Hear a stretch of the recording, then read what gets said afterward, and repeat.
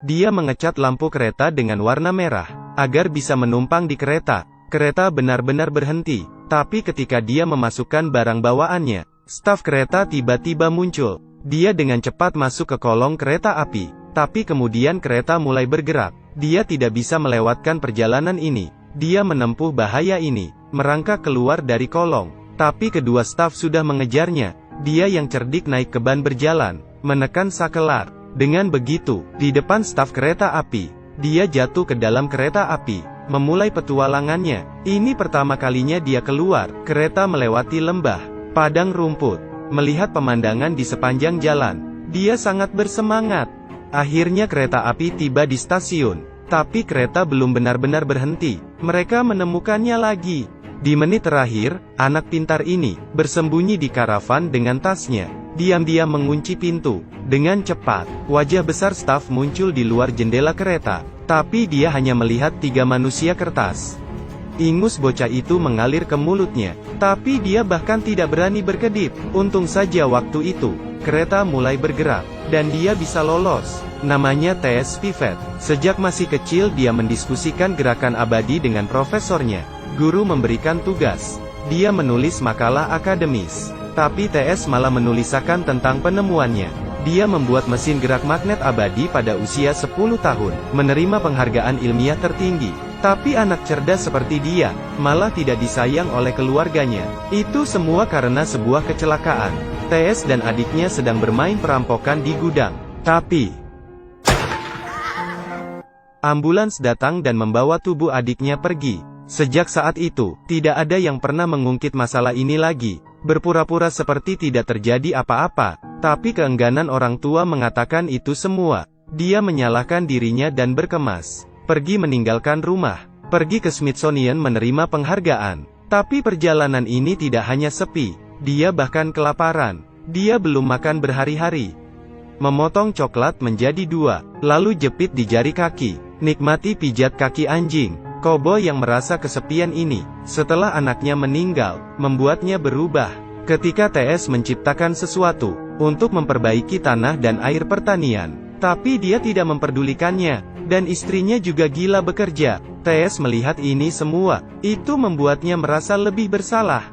Jadi dia kabur dari rumah, pergi ke Smithsonian, menerima penghargaan, tapi saat ini dia belum makan selama berhari-hari. Hotdog di pinggir jalan membuatnya tergiur. Karena ibunya tidak pernah membiarkan dia makan junk food ini. Setelah kereta tiba, dia bergegas berlari ke toko hotdog.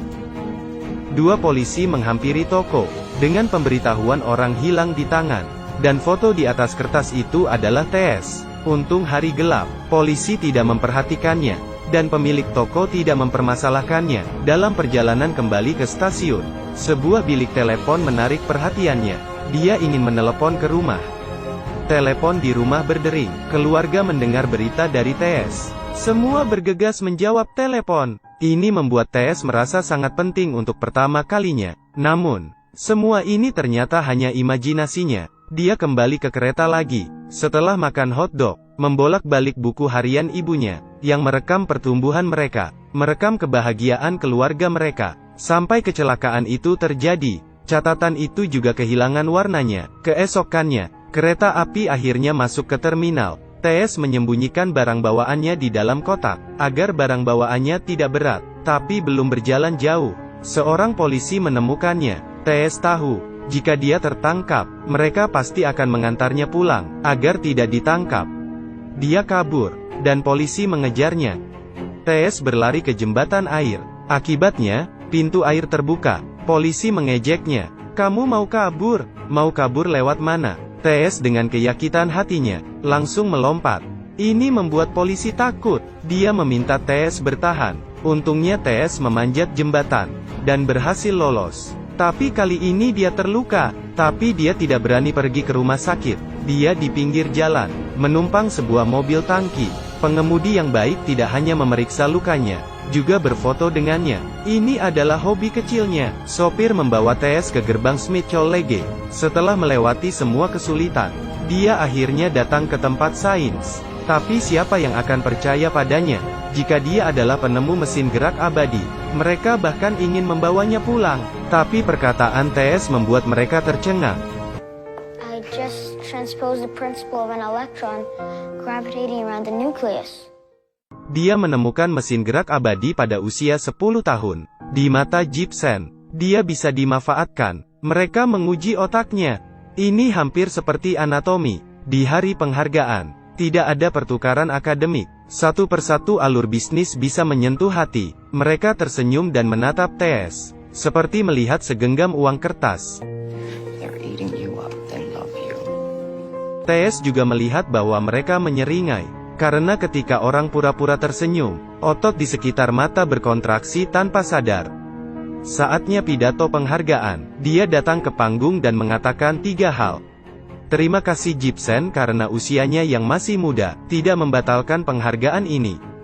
Dia tidak menemukan mesin gerak abadi yang nyata, karena bagian utamanya adalah magnet, dan magnet mengalami demagnetisasi setelah 400 tahun.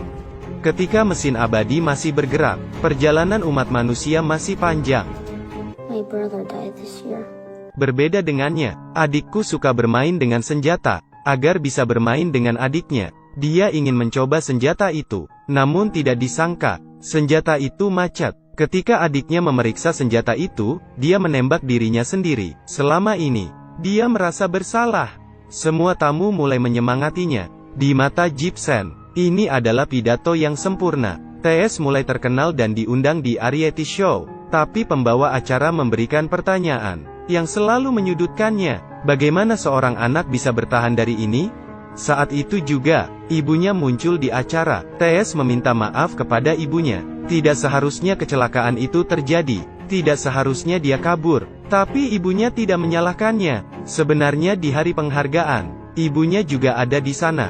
Dia memberitahu TS, ini bukan salahnya. Ini hanya sebuah kecelakaan. Merekalah yang bersalah. Tidak seharusnya membiarkan 2 anak bermain senjata. Tidak seharusnya menghindar, menjadikan alasan pekerjaan menjauhi TS. Kemudian mereka saling berpelukan. Ibunya kemudian membawa TS pergi.